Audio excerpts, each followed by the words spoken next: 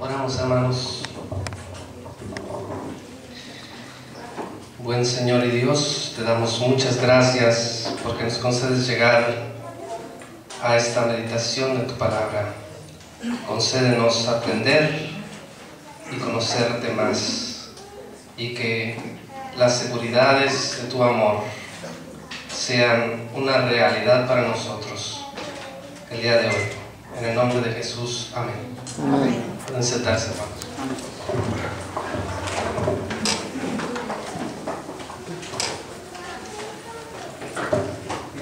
Hace alrededor de un mes tuve el privilegio de compartir con ustedes 5 versículos de la primera epístola del apóstol Juan.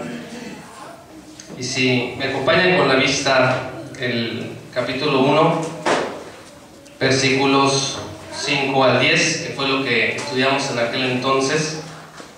Dice, estoy leyendo la Biblia de las Américas, y este es el mensaje que hemos oído de Él y que os anunciamos: Dios es luz, y en Él no hay tiniebla alguna.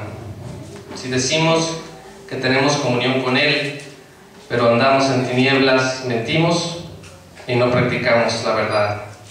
Mas si andamos en la luz, como Él está en la luz, tenemos comunión los unos con los otros, y la sangre de Jesús, su Hijo, nos limpia de todo pecado.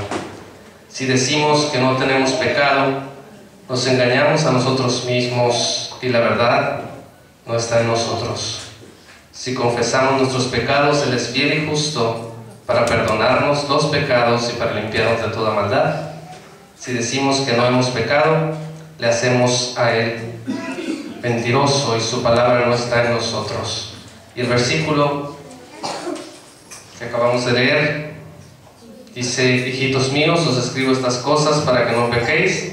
Y si alguno peca, abogado tenemos para con el Padre, a Jesucristo el justo. En el capítulo 1 de Primera de Juan, el apóstol escribe que el propósito de su carta es que el gozo de cada cristiano verdadero sea completo. Eso dice el versículo 4 de 1 de Juan 1. Para ello comienza a exponer que Dios es luz, y los que son hijos de Dios en esa luz caminan. Esos son los versículos 5 al 7. Y enfrenta una mentira que ocurría en el primer siglo de una comunidad de pseudocristianos que se llamaban gnósticos. Esta gente decía que nosotros estamos compuestos de una parte física y de una parte espiritual. Usted puede decir, bueno, pues eso enseña la Biblia. Bueno, lo que pasa es que estos hombres decían que la parte espiritual era pura, limpia y sin pecado, y que lo que era sucio en nosotros era el cuerpo. Entonces, si yo creo que espiritualmente por dentro estoy sin pecado, ¿tengo necesidad de Cristo?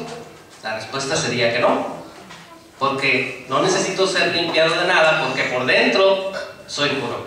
Bueno, eso decían estos hombres en el primer siglo. Entonces Juan les dice que el que indica que no tiene pecado hace a Dios mentiroso. Enfrenta esta herejía el apóstol Juan y les deja claro este tema. Ahora, en el capítulo 2, el apóstol inicia diciendo que las enseñanzas que ha dado acerca de la falsa enseñanza de los maestros gnósticos, que dice que el alma humana es pura y sin pecado, y también que él habla que el santo remedio eficaz del perdón de Cristo para nuestros pecados existe.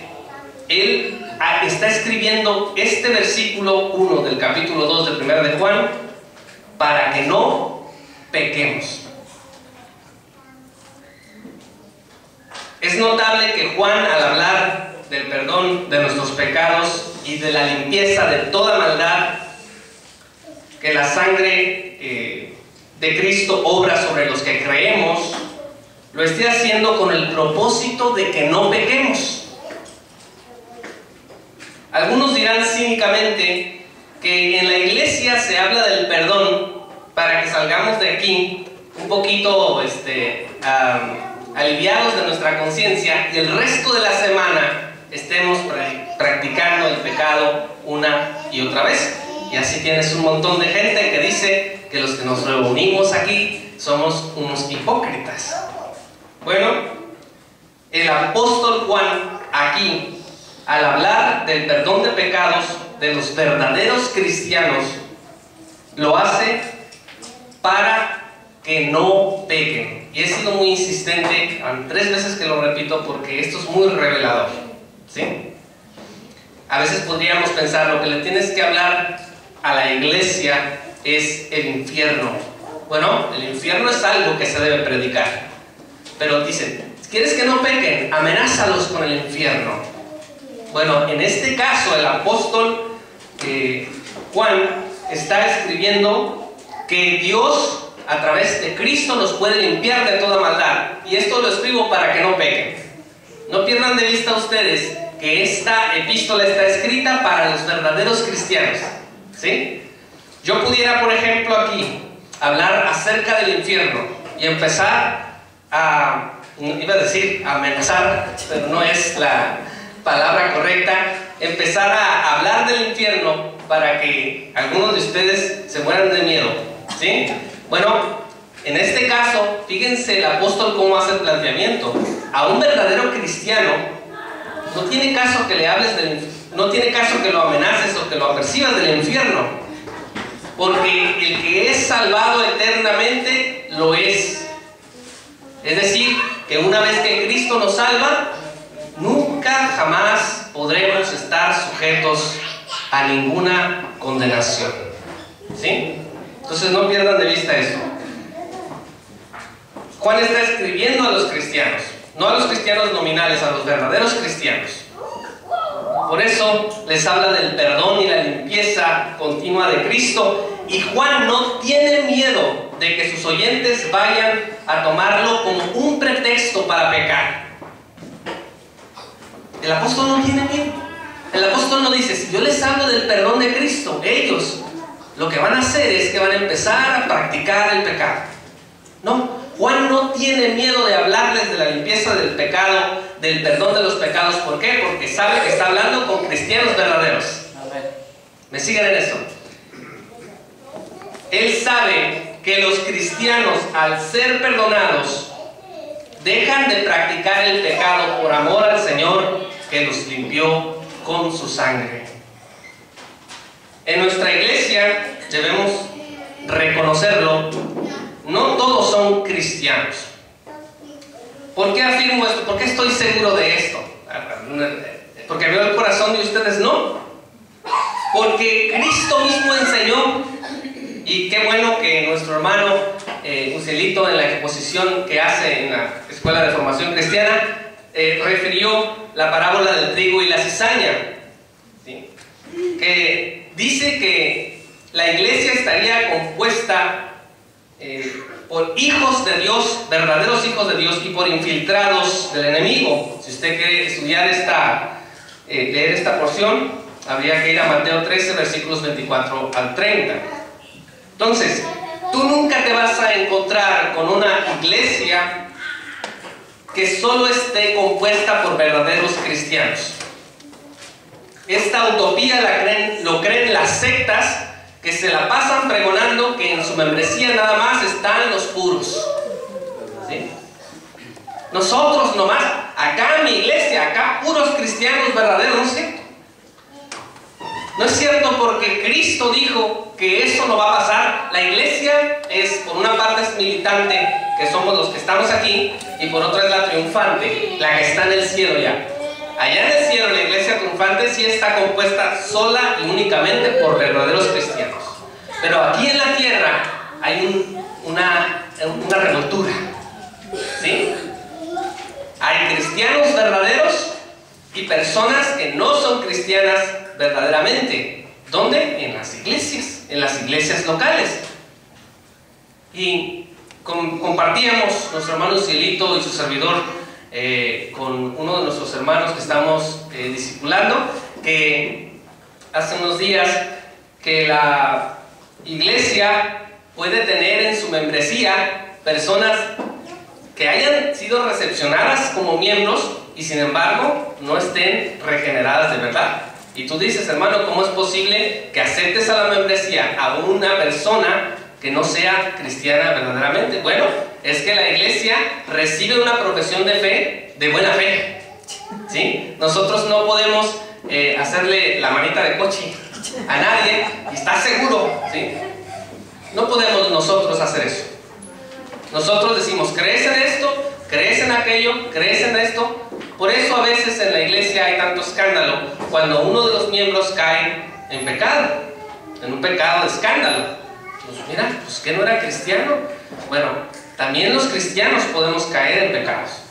Ya hablábamos de eso la otra ocasión, pero hay verdadero arrepentimiento, ¿sí? Entonces, nada más para redondear, les comparto que una vez conocí yo a un hermano que dividió la iglesia, una iglesia en otra ciudad, porque él decía que en la iglesia no había cristianos verdaderos, que había unos, y a esos cristianos que él decía, tú, sí son cristianos de verdad, vénganse, vamos a fundar nuestra iglesia allá. ¿Y qué pasó? Dividió la iglesia. Entonces de pronto me sentaba y me rascaba la cabeza y decía, ¿seré cristiano de verdad porque no me fui con él? Pues eso es una tontería. Pensar que tienes un grupo en donde todos son cristianos verdaderos. Juan Calvino escribe en su Institución, ¿quiénes son los elegidos? Solamente Dios lo sabe. Ahora, hermanos, aquí puede dar la impresión de que, caray, ¿verdad? Entonces quiere decir que a lo mejor puedo no ser un elegido. Pero vamos a seguir. Entonces Juan el apóstol le dice a la iglesia, les escribo esto para que no pequéis, asumiendo que los cristianos reales entenderían el mensaje, y prosigue.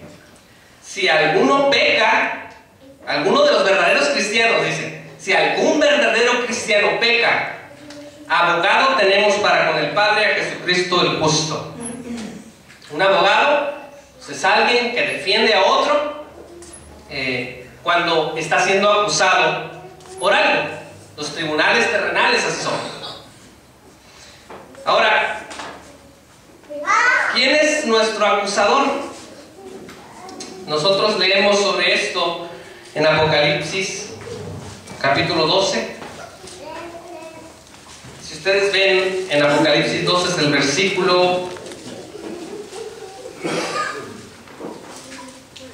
10, dice, y oí una gran voz del cielo que decía, ahora ha venido la salvación, el poder y el reino de nuestro Dios y la autoridad de su Cristo, porque el acusador de nuestros hermanos, el que los acusa delante de nuestro Dios, ¿cuándo dice? Día y noche. Día y noche, el acusador de nuestros hermanos, dice, ha sido arrojado. Si ustedes ven más arriba en el versículo 9, habla de la serpiente antigua. ¿Quién es esa serpiente antigua, hermanos? Satanás. Entonces, ahorita el diablo está acusando a los verdaderos cristianos, ahorita en ese instante. Día y noche, y por la tarde también. Y cuando estás dormido, hermano, hermana, te sigue acusando. Y te voy a decir algo. Esas acusaciones de Satanás sobre los verdaderos cristianos son reales. Es decir, cuando él nos acusa a nosotros de pecado, de que hemos violado la ley perfecta de Dios, ¿tiene razón? Pues fíjate que sí. La acusación es correcta, porque hemos violado la ley de Dios, la ley perfecta de Dios la hemos quebrantado. Ahora, un veredicto rápido en esta situación, ¿cuál sería? Bueno, pues es que Dios dijera, pues tienes razón, sí violaron mi ley, y por lo tanto tengo que sentenciarlos a morir. Pero ¿qué dice el apóstol Juan en el capítulo 2, versículo 1? Y si alguno peca, abogado tenemos para con el Padre a Jesucristo el justo. Y yo te voy a decir algo: Jesús nunca jamás ha perdido ni perderá un caso. No hay forma de que un verdadero cristiano, aún acusado con razón, pueda ser condenado por imputaciones del demonio. No hay manera. No puedes vencer a un abogado celestial como este. No hay manera. Aquí en la tierra el mejor abogado del mundo ha perdido. Busca, no sé, en México, en Estados Unidos, en Europa. Tuvo que haber perdido alguna vez. Cristo jamás perderá un solo caso. Entonces Juan está diciendo aquí: hermanos, no se apuren ustedes. Si vienen arrepentidos, entiendan que nosotros tenemos un abogado delante del Padre, y es Jesucristo el justo. Ahora, si recordamos en el Evangelio de Juan, en el capítulo 16, el versículo 7 dice que Jesús enviaría a un consolador. Si ustedes recuerdan, la palabra traducida ahí como consolador en nuestras Biblias es Hoparakletos, del griego Hoparakletos. Y es la misma que aparece aquí en 1 de Juan, capítulo 2, versículo 1, que está traducida como abogado. Entonces, hermanos, tanto el Espíritu Santo como Jesucristo son llamados Hoparakletos. ¿Sí? Nada más que en una parte dice que es consolador y en otra parte dice que es abogado. Una nota del doctor Stott, John Stott, puede ser muy útil para comprender esto. Y cito: Jesucristo es nuestro abogado en el cielo, mientras que el Espíritu Santo lo es en la tierra. Como Cristo es nuestro abogado en el cielo delante del Padre, así el Espíritu es el abogado de Cristo en la tierra delante del mundo. Fin de la cita. Entonces el Espíritu testifica y convence en el mundo acerca de Cristo por medio de la evangelización de los hombres que Él llama, mientras que Cristo aboga por nosotros delante de Dios Padre y se presenta como nuestro Salvador y Redentor, como aquel que fue castigado por nuestros pecados en nuestro lugar y nos imputó su justicia perfecta. Y mira, hermano, te pido que pongas atención a lo que voy a decir. Desde la perspectiva del cielo, el Padre ya no mira sino a su Hijo amado Jesucristo en nosotros, y por ello estamos para siempre libres de toda condenación. Voy a repetir esto. Desde la perspectiva del cielo, el Padre ya no mira en nosotros sino a su Hijo Jesucristo y su vida perfecta, su vida sin pecado, y por ello estamos para siempre libres de toda condenación. Romanos 8, versículo 1.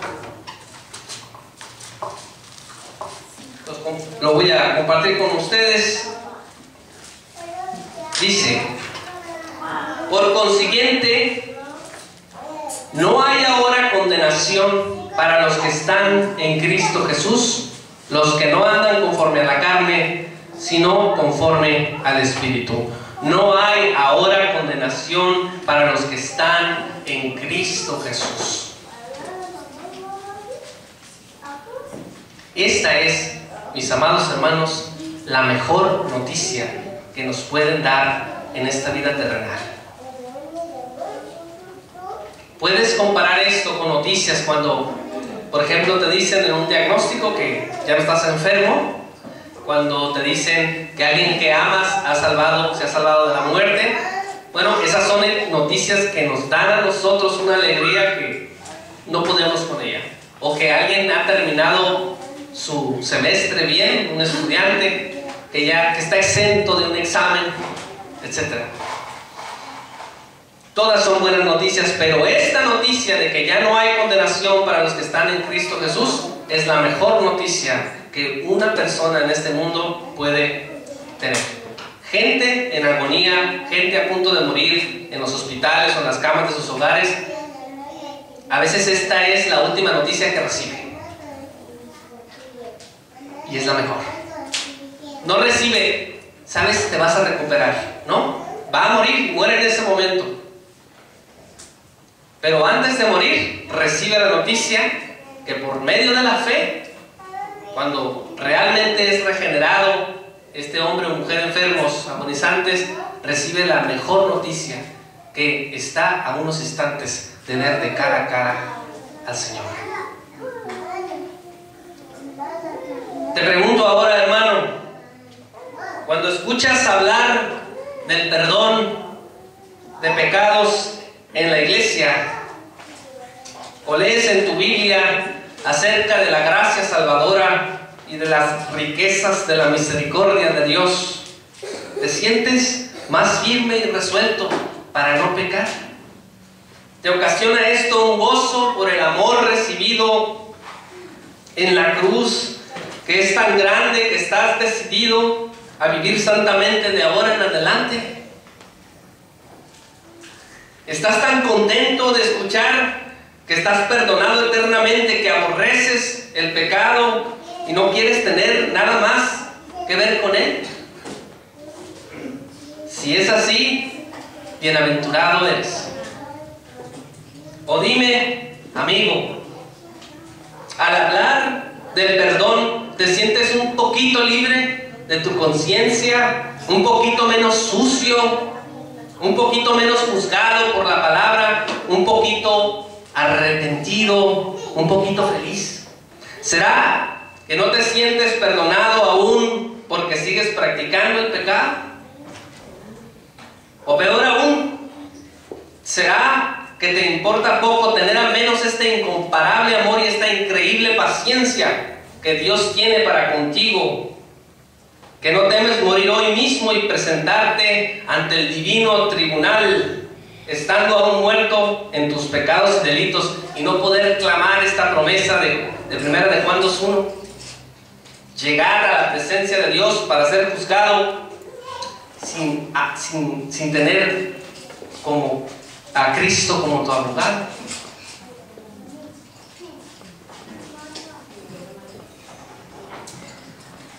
Si es tu caso, huye y corre a Cristo. Deja de jugar con fuego y de jugar al cristianismo. Deja de engañarte. Hoy es la oportunidad de recibir el perdón. Si realmente te arrepientes y temes por tu vida, no dejes pasar un día más. Toma tu cruz, vive hoy para el Señor y para su gloria. Recibe la dádiva de la salvación.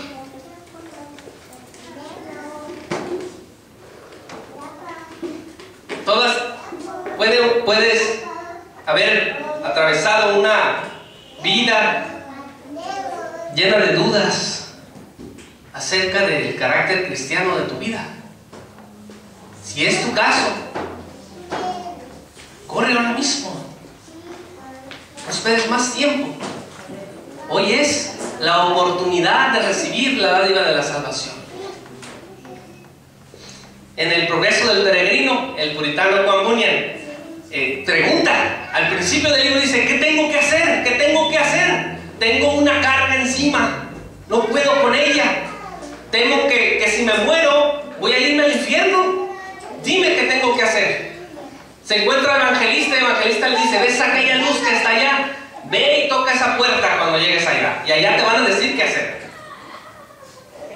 Entonces, si ese es el caso, huye a los brazos de Cristo. Recíbelo como tu abogado en el perdón de tus pecados. Y a mis amados hermanos que están en la fe, a mis amados hermanos verdaderos cristianos, por sus frutos los conoceréis, dice la palabra. Es cierto, no conocemos, no podemos ver el corazón, pero podemos ver estos frutos. A ustedes, amados hermanos, yo los confirmo en la fe, quiero asegurarles lo que ustedes ya saben, que tenemos un abogado invencible si pecamos, Jesucristo el justo, y que esta seguridad sea los pies de plomo que nos permita caminar firmes en medio de la adversidad, en medio de los problemas, y que estas dudas que vienen, ¿se acuerdan ustedes la serpiente en el jardín del Edén? Con que Dios os ha dicho, que no permitas que esa pregunta de Satanás eche abajo estas seguridades que la palabra de Dios ofrece hoy para tu existencia esta mañana, ya tarde. Vamos a hacer una oración. Glorioso Padre, confírmanos, Señor, en la fe. Concédenos estar seguros, Señor, porque estando seguros de tu amor y de tu perdón, podemos servir mejor, podemos servir de todo corazón. Yo te quiero pedir por mis hermanos que dudan, por estos verdaderos hijos tuyos que pueden dudar de la salvación, confírmalos en la fe, ayúdales a descansar en ti, que mis hermanos puedan comprender que están bajo tu manto poderoso y que nadie los va a arrebatar de tu mano. No permitas que Satanás y sus demonios siembren en la duda, sino que tú, con tu amor, siembres la seguridad, y que la raíz, que es Cristo Jesús, crezca en estos corazones de mis hermanos. Y también, Señor, te quiero pedir por aquellos que quizá han tenido una vida cristiana floja, una vida cristiana que no es muy verdadera, Señor. Concédeles en este momento reconocer esto y huir de la ira venidera, y que puedan gozar de esta esperanza, de esta bendita esperanza que tú nos ofreces en tu palabra. Te rogamos, Señor, estas cosas en el nombre de Jesús. Amén.